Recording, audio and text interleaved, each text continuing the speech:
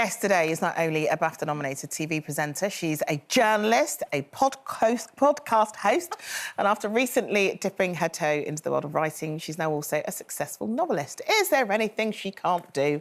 Please welcome to the show the absolutely brilliant Steph McGovern.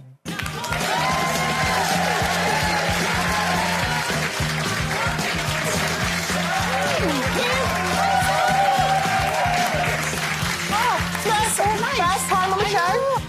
Now that we're no longer rivals. I know, we're allowed to speak to each other. But yeah, I have never been on the show, but I've sat in the audience once. No. Yeah, when I was in my 20s, and I wasn't on telly at the time. I was working behind the scenes on the news at the BBC, and I basically nicked out early one day. I said to my boss, I really want to go and watch Loose Women.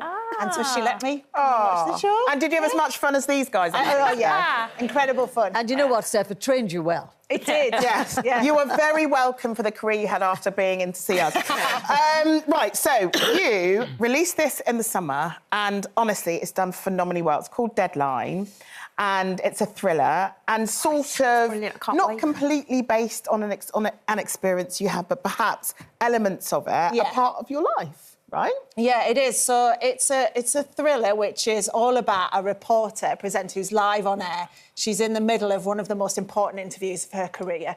Ironically, it's the Chancellor on Budget Day, so, you know, we're right in the middle of it. And in the middle of this interview, she's told in her earpiece that her child and her wife have been kidnapped. Whoa. And she has to do everything the hijacker's saying in order to keep them safe. So you guys know what it's like to, you know, have someone to have a kidnapper in my ear, and then, and then suddenly have to, you know, still perform on telly because you can't, the hijacker's telling you can't let anyone know. So how did you, have you always wanted to write, or have you always written? No, I just love reading. Yeah. Like, I love, like, heading off to a crime land, you know, reading books and just letting that kind of escapism, I guess. Yeah. But what I also like doing is just thinking about scenarios, because I've read so much good crime fiction. It's always the what if. What if you're in a really normal situation to you and something extraordinary happens? And for me, that was getting hijacked on air, because when I was doing BBC Breakfast for a long time, you know, that show's on from 6 in the morning till 9 a.m. I'm not on every minute of it. So in the downtime, I would be with my team just going, what would we do if we got hijacked? And like... it's a really interesting conversation to have with your colleagues, Steph. I know. Well, and that's what led me to start writing, because they all had different responses depending on what was going on in their lives. Like, one of the cameramen I worked with called Jonesy, who's ended up as a character in the book, he was like, I'd be there with you, I'd take them down. And then the engineer in the truck was like, I'd run away. I've got young kids. And I was just thinking, it's interesting what is going on in your life and how you would then react. Steph, we all have stories from the business. You must have woven in some of the stuff from your business, from your career. I mean, for legal reasons, I have to say it's all fictional. Of course. No, but there's loads of anecdote, because, you know, you were in a really privileged job, aren't we? Getting to meet people from all walks of life, find out what makes them tick, and then the different characteristics they have. So all of that is in there. You know, there's a lot of kind of anecdotes from things that have happened to me. Because there's this...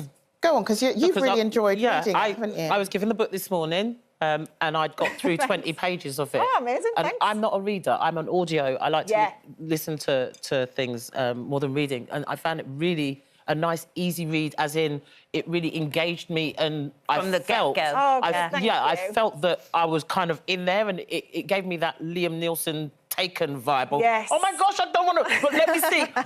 And so that's really, you know, I think it's nice that you've made it so accessible and such an easy read. Well, it's not an easy read, but yeah, I know what you mean, because to be honest, I was quite intimidated about writing a book, because I know I'm a storyteller in the sense of I can go on telly and tell stories, you know, gob on a stick. But I was worried about, like, writing, and because I was thinking, I got dumped by an ex once who said to me on the way out the door, and your vocabulary's rubbish. They actually used a worse word than that, but I won't say it on telly. I know, like, you know what I mean, because you're a journalist. We will track them down, Steph. You're going to be in the book. And actually, and what I've realised is writing. And if anyone's got a, you know, thinks they've got a story in them, my advice is just write it, and it takes you into another fun world. And actually, it doesn't all have to be these literary descriptions. But is it somebody that gave you that confidence to go ahead and do it? Yeah, it kind of was. So Anne Cleeves, the brilliant crime writer who created Vera and Shetland. Wow. I mean, she's a good friend of mine, and she was the one who kind of brought me into reading crime fiction and, you know, interviewing authors and things. And and she was the one who said to me, just write. Doesn't matter where you start. You can start at the beginning, the end, the middle. You don't need to start once upon a time. Just put it down. Yeah, just put it down. And but that's what happens. There is an element, though, of... It's all fiction, but there are elements that you brought into from your life. And in terms... Because you went through a stalking ordeal, which you probably didn't realise was an ordeal until you got older. Yes, and that's so true, actually, darling, because when I had a stalker, it was when I was, you know, on BBC Breakfast, and we were on, you know, loads of people watching every day, like you guys have. And, you know, you become very approachable to the audience, which is lovely, and people think they know you, and they do in a way.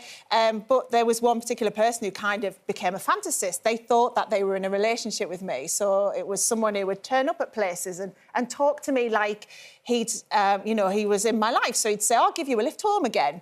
You're like, I've literally never met you. But equally, in those moments, I didn't want to embarrass him in front of other people, so my team around me wouldn't necessarily know that I didn't know him, and then it kind of escalated, and then it, you know, it got serious, and he ended up, the BBC had to get involved and sort it out, and it did get sorted out. But at that time, I thought I didn't have kids. And I thought I was indestructible. I was like, it's just a little old man following me about. It's not a big deal. I'm from Middlesbrough. But it's now. Now I've got a daughter. Yeah. I'm like, whoa, that was actually... How old is she now? She's 6. 6. Oh, I know. And I remember sitting at home during COVID when Steph's Packed Lunch first launched, and you'd just given birth like weeks before, and suddenly on telly, and we were talking about people judging us according to how long we had off. Did you feel like you were judged? Yeah, totally. But you get judged all the time. Like, you know, this week I've been in London for a couple of days. I live up in Newcastle. I left my daughter at school on Tuesday morning. Major meltdown because I couldn't find her mittens and it's freezing. And as I dropped her at the school gate, I went to give her a kiss and she literally turned her head away. And I have been living with that thought. They know how to just hit you right there. So we're constantly living in this, aren't we? But look, Steph, the book is brilliant. We're looking forward to finishing it. Thank you. Good luck for everyone getting it at Christmas. Steph McGovern. Thank you.